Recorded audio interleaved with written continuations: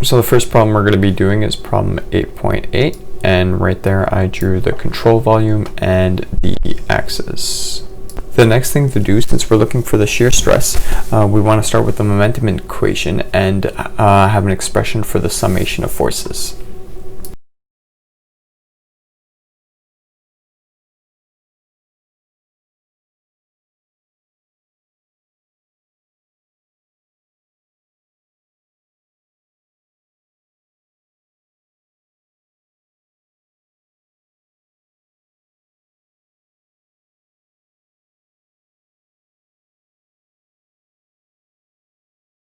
Now, because we're at steady state, the rate of change of the mass inside the control volume will stay the same.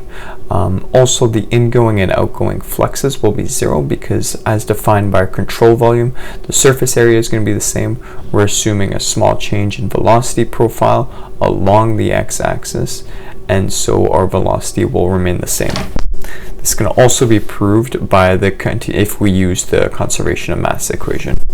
And we obtain the expression of all the summation of forces have to be equal to 0. Now the next step is to find all these forces. So the first thing we do is do a little sketch. Again, this little sketch is going to be of finite volume, so by dy and dx. And here on the left hand side, what we're going to have is the pressure force times dy. This will give us a force. And then on the right hand side, what we'll have is, we don't know the pressure, but we can assume the pressure to be the pressure found at the left hand side plus the small variation of the pressure in x, all times the distance dy to get a force.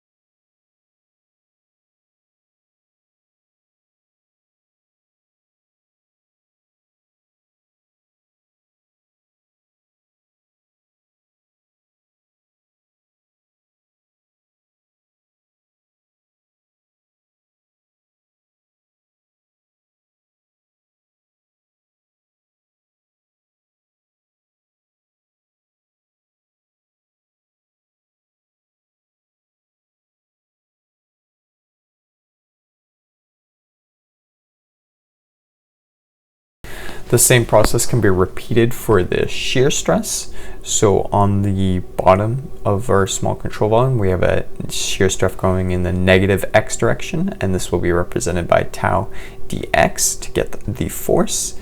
And then again, we don't know the shear stress on the top, but we can assume it to be a small variation of the shear stress at the bottom in the y direction, all that times dx to get the representative force going in the positive x direction. Next thing we know is, as the summation of all these forces have to be equal to 0, we can write out the full expression and then simplify.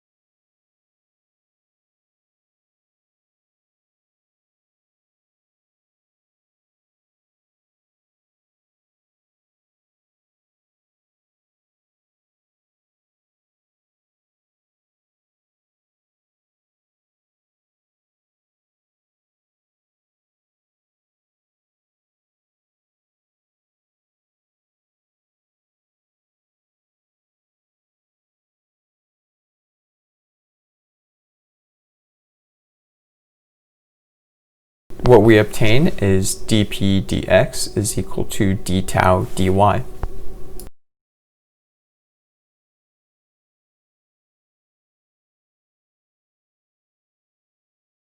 As dp is not a function of dy, we can perform a separation of variables and find an expression for tau as a function of y.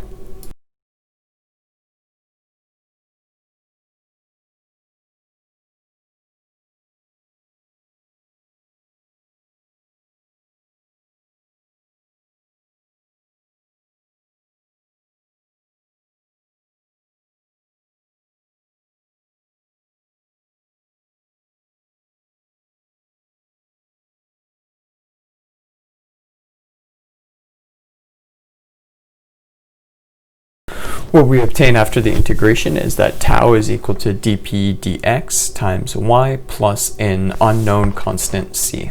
Additionally, we also know that tau is equal to mu times du dy.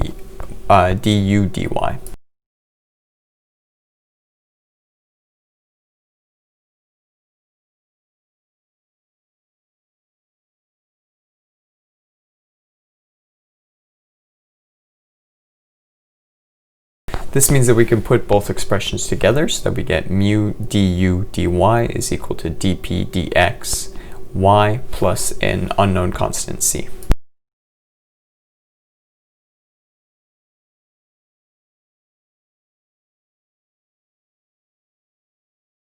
Again, because dp is not a function of y, we can perform another separation of variables and integration over y to find u as a function of y.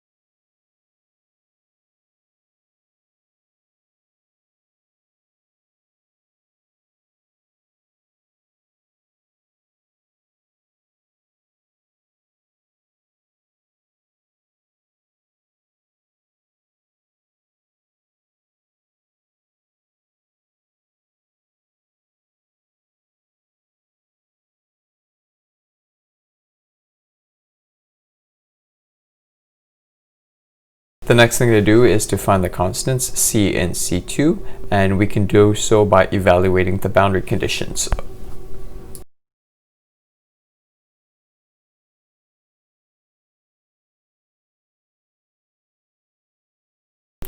Now we have two boundary conditions, and they are both going to be no slip boundary conditions. So the first one will be at y is equal to 0.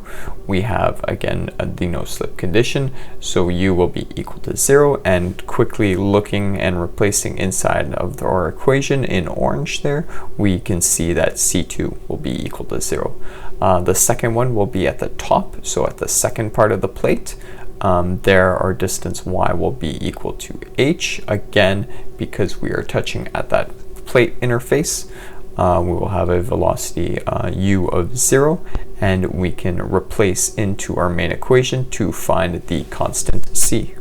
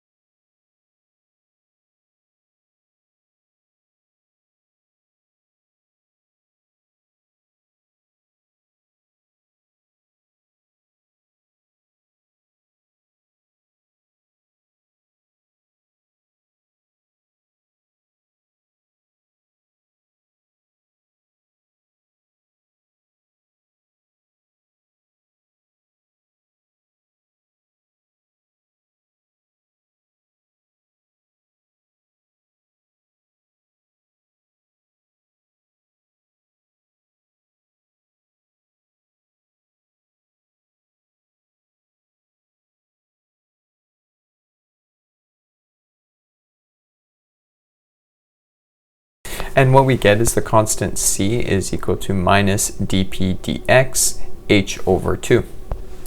Now, as the function is asking for a sketch of tau, we can retake the expression that we found of tau earlier and replace it with our now known constant.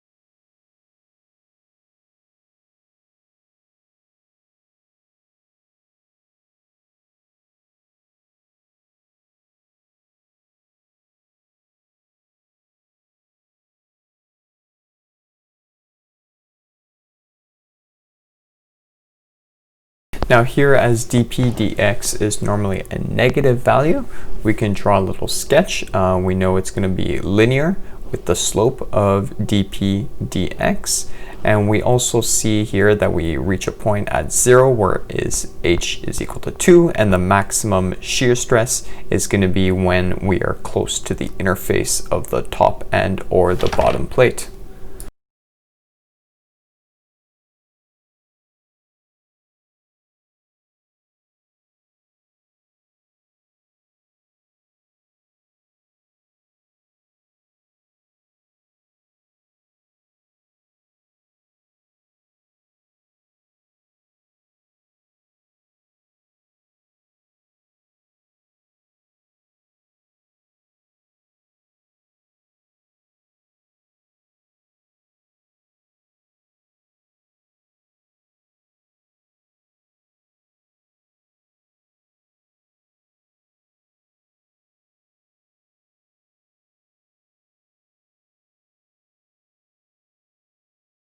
Now, because we know that our maximum shear is either at the bottom or at the top of the plate, we can replace y by either 0 or h and then find the maximum shear.